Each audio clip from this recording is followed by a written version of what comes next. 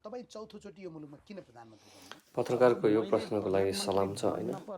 यो मैले भातमा रासालाई लुटेर 17,000 त के भन्नु 18-19,000 कतिजना अझै कता लिस्टमा पनि आएन होला। त्यतिजनाको हत्यारा भारतमा बसेर नेपाली मार्ने साला दलाल थियो, वाइसिएल थियो, सेना थियो, बन्दुक थियो, क्यान्टनमेन्ट भित्र भए पनि बन्दुकै थियो नि, हामीसँगै थियो नि। अब बिस्तारै सकिँदै गएपछि पार्टी पनि विलय गराएर कुन कुन पार्टीसँग मिलेर फेरि आफ्नो टाउको लुकाउने बाहना खोज्दैछ होइन।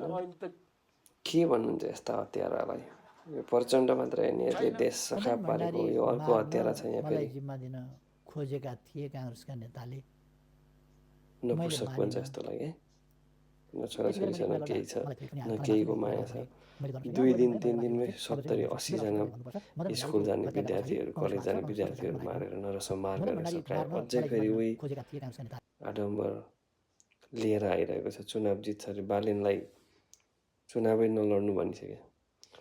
अन्तिममा यो 2 जना बालेन र रवि लामिछाने मिसिएका छन्। खुसी लाग्छ या के लाग्छ? तपाईँहरू के भन्नुहुन्छ? आशा छ केही?